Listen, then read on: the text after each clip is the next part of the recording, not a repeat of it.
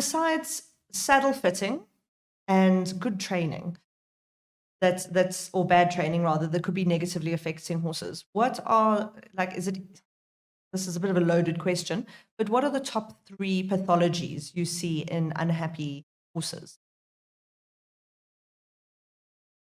I don't think we can ignore the rider at lower levels, particularly. In terms of rider size, which I refer to both height, shape, and weight. The population is getting bigger, and we're not necessarily finding the right horses and the right saddle to accommodate those larger riders on particular horses. So that, I think, is an issue. It's not an issue at the upper levels of competition, but it's certainly an issue lower down.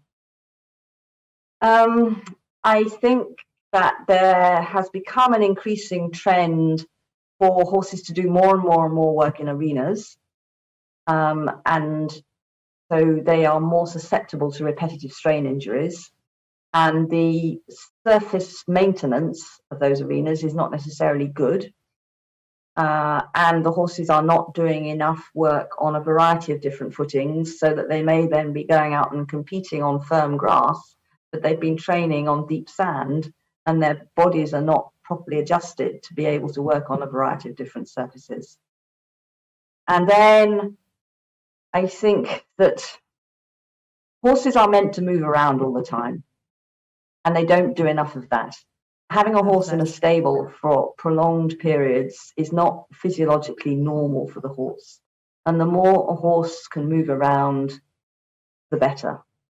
And yes, they may be at risk of injury out in the field, but if they're being turned out every day, then that becomes part of their routine, and they're much less likely to do something stupid and injure themselves than if they are only episodically turned out.